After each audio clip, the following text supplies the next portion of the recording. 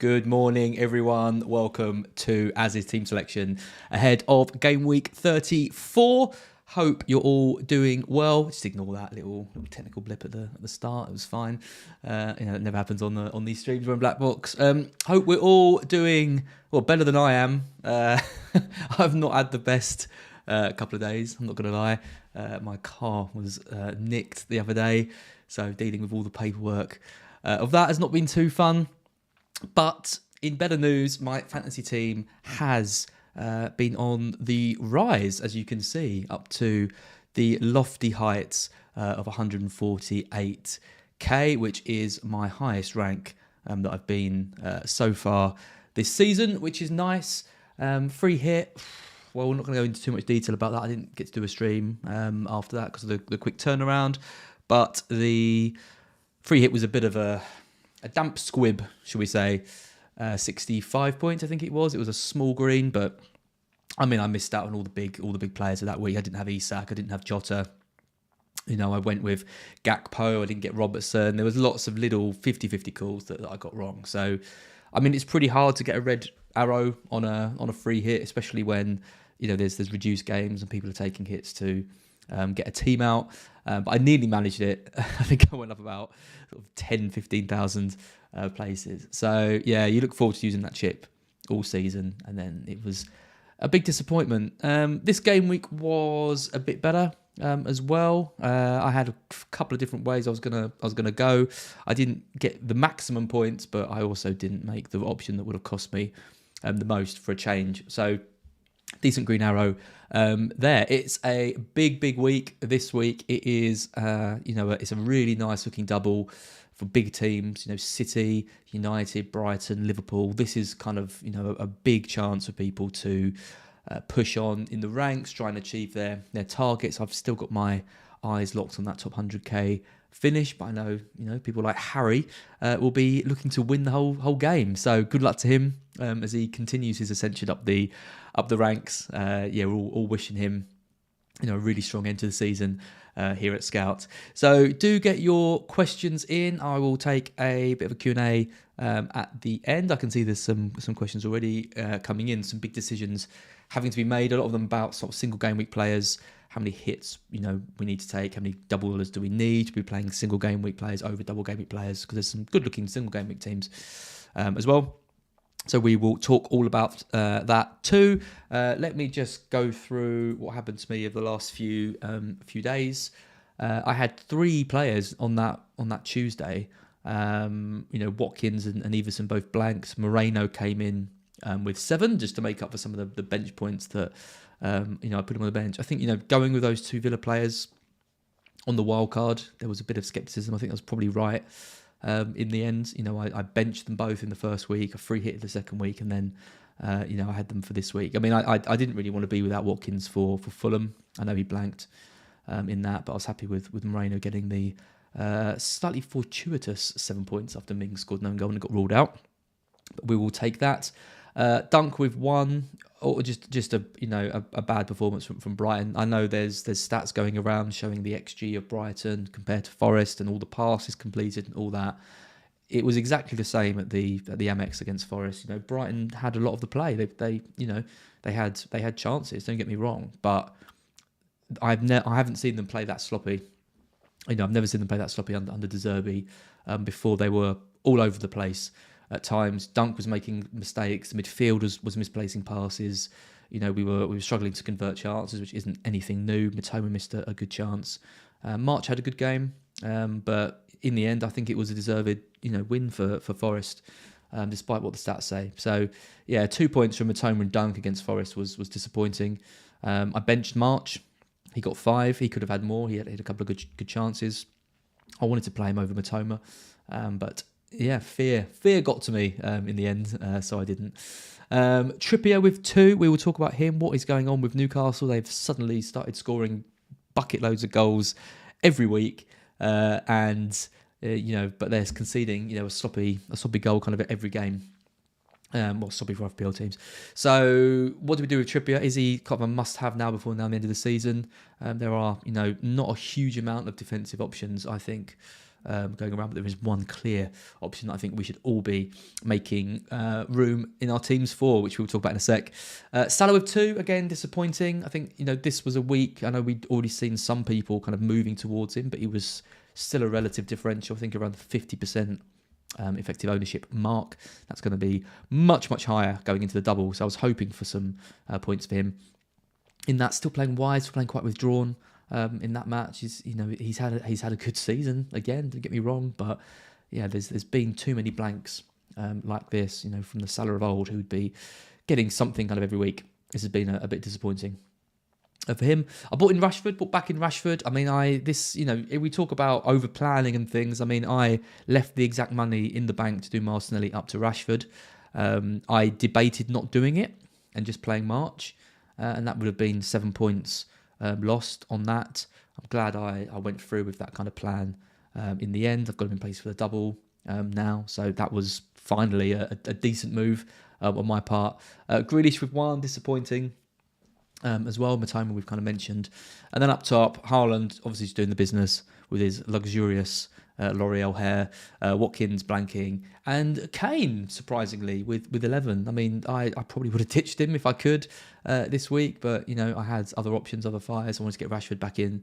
I watched the first half of that game, and I thought Spurs were going to get turned over 4 or 5-0, and Kane was looking very withdrawn, very deep, not having much influence on the game, and that just completely changed in the second half, and he started racking up the bonus from chances created. He had a shot on target, and then the 2 assists, and getting max bonus as well. So lots of people going to be selling Kane this week. I think probably rightly so, given it's Liverpool away. There's double game weeks to focus on. We need funds to spread elsewhere, but I do wonder if he could end up becoming a factor again for us between the end of the season. So it'll probably be goodbye to Kane for me for a bit. But this threemium that I've kind of dipped in and out of this season, this Salah, Haaland and Kane triple, whenever I have it, I seem to do well.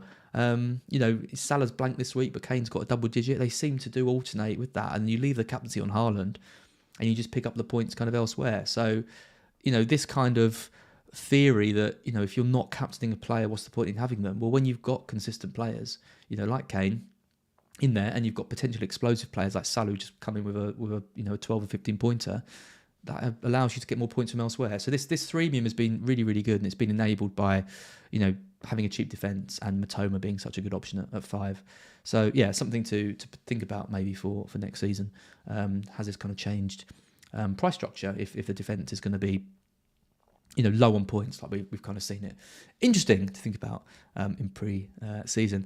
Hi to Heather, who gives me a little wave. Hi to Richard S, who benched Steele and Stones. Oh, that is harsh to take. I've been on the subject of bad benching calls. I benched Isak on the free hit. I benched Watkins before that. So yeah, I know about that. Simon Thompson, morning. Go on, let's hear about your green arrow.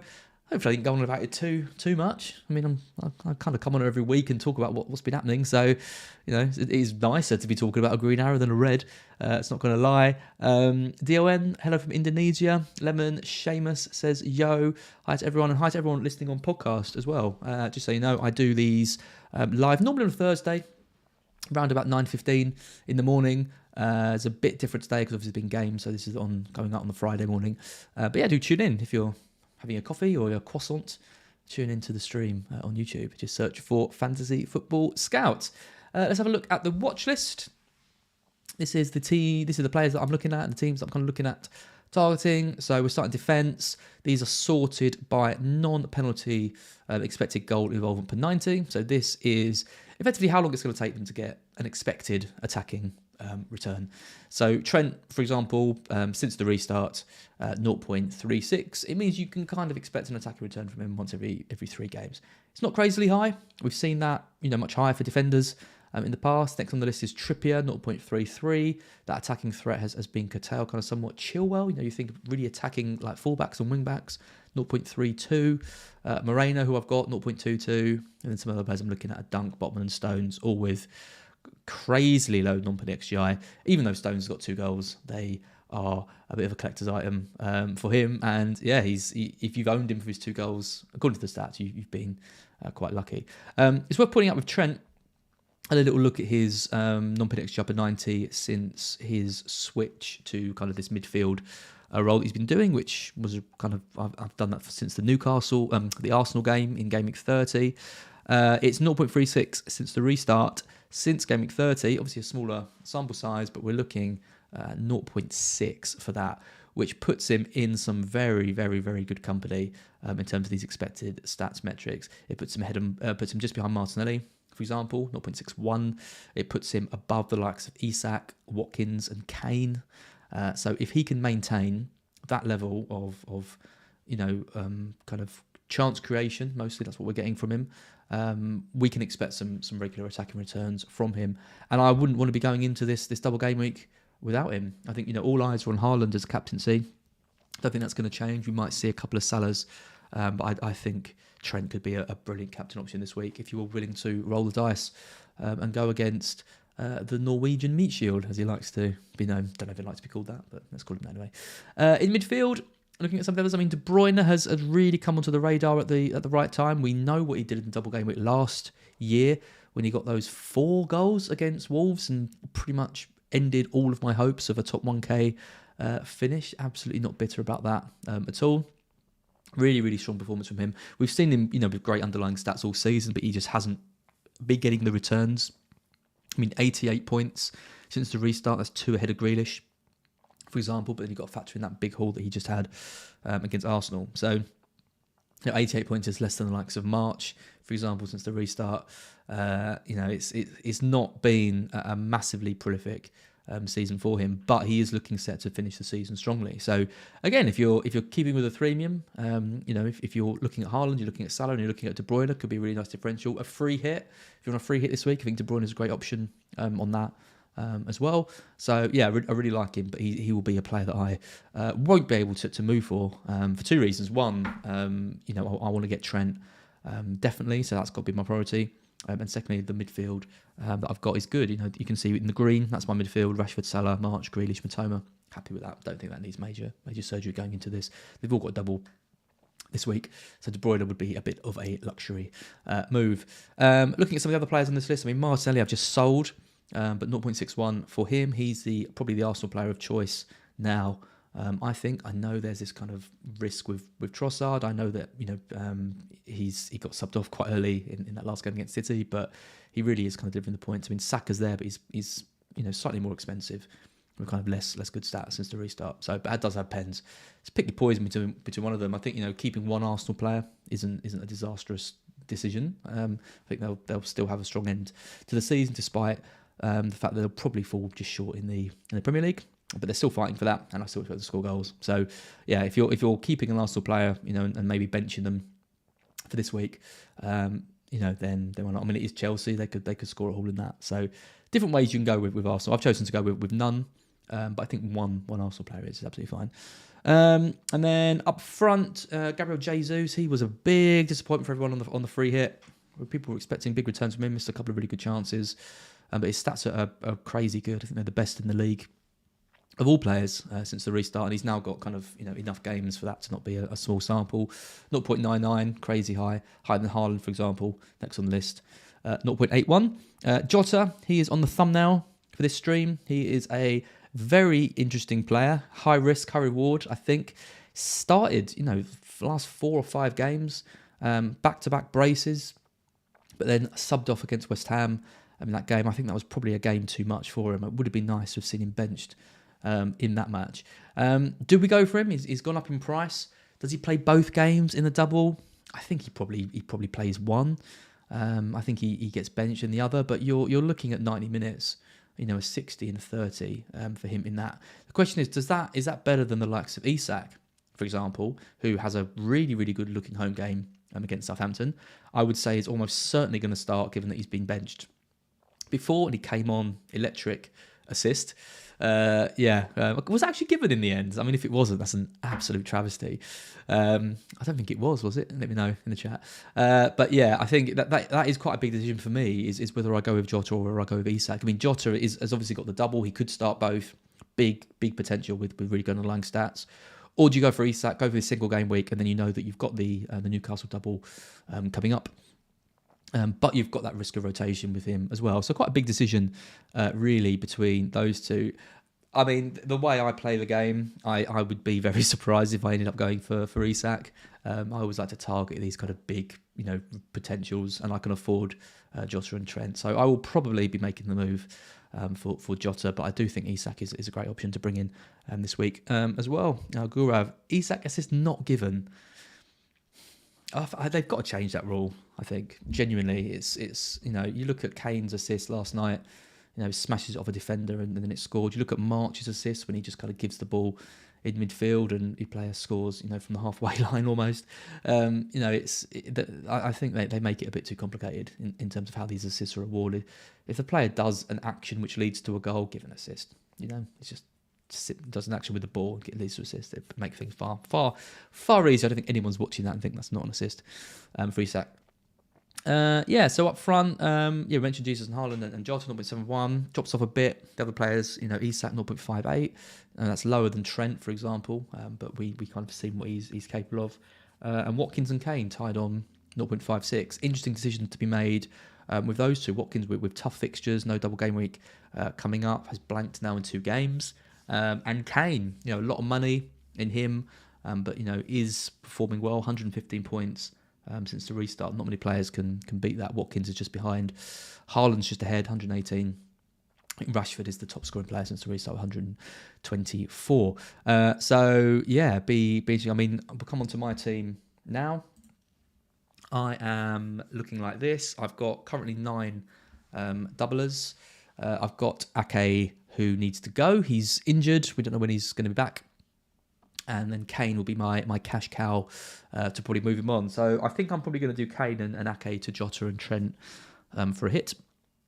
That'll be my move. Like I say, I just really think Trent is an important player to be moving towards this week. That striker spot up top is different. I mean, people are talking about, Tony, playing Forest.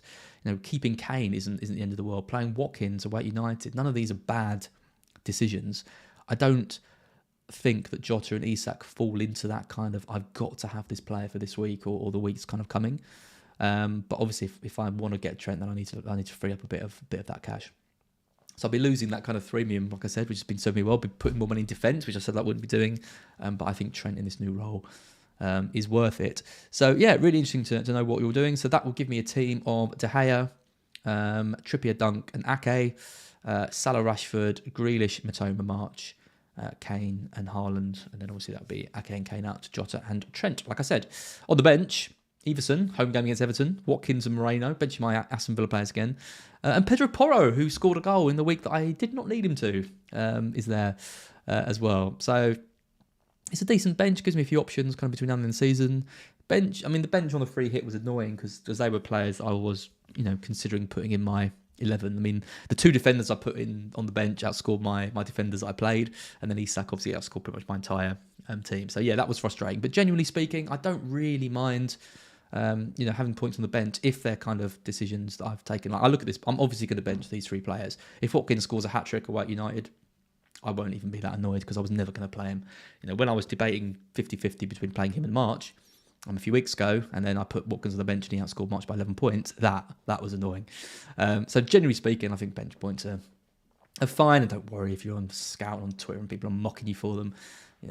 It's all part of the fun of the game. Right, let's take some questions before I call this stream. Don't forget to like if you haven't already.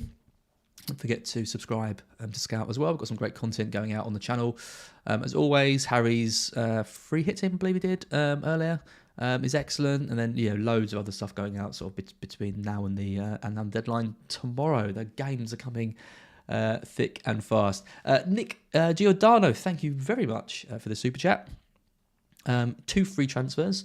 If I do Saka to Salah, that's all I can do. So instead I'm doing Chilwell to Trent. Then rank these moves, please. Zinchenko to Robertson, Saka to Gakpo, Watkins to Jota. Can do 1 for free. Chilwell to Trent, that is what I'd be prioritising. I think I would genuinely be prioritising Trent over Salah. How crazy is that, given this new role that he's got? So I'd like that. Zinchenko to Robertson looks a good move. Doubling up on Liverpool defence. Not entirely sure about that. Saka to Gakpo, I like that. That's getting you an extra Liverpool attacker for this run, and he's just scored again. So yeah, I really like that move. Watkins to Jota. I think I'd go for the Saka to Gakpo move. I know that obviously you're losing Saka in that, but yeah, I like that move. I mean, I think Gakpo starts both of those games, so has a bigger upside than Jota. This week if he only starts one.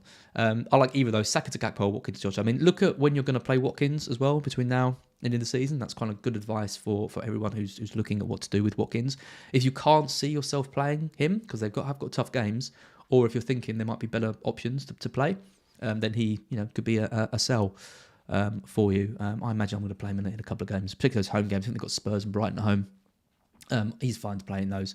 So yeah, Saka to Gakpo. For me, Gurav, bench Zuma, or Trippier. Who have West Ham got this week? They have got. Oh yeah, they've got the double up name, Man City and Palace. You got to play the doubler. Got to play Zuma. I know Trippier's got the home game, but I'd always play the doubler. Always. It's just more fun, really. Gianni, my friend Gianni Batici, eating his hat. When Fernandes started last night, he agrees that Trent is more of a priority than Salah. There you go. The Scout boys agree on something. Akbar Badri, high ceiling, Mahrez or Jota. I mean, I wouldn't be going with Mahrez. Not with Foden back, with Grealish, with Silva in that role. Higher ceiling, probably Mahrez, because we know that he's very capable of hitting big hauls. But I think Jota's a better pick than Mahrez. I'd rather have him this week. And my final question I will take is from Simon Thompson. Would you remove McAllister or Grealish for Salah? Ooh, that is a tough one. I mean, you're removing a double game week player for another game week player. I would rather have Salah than both of those players this week.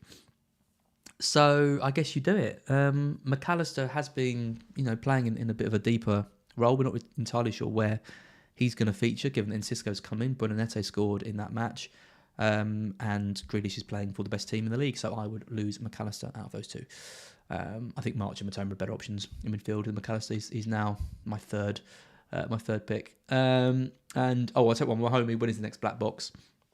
Next week, sometime. Not sure when. Hopefully Wednesday. Depends if Luke's around.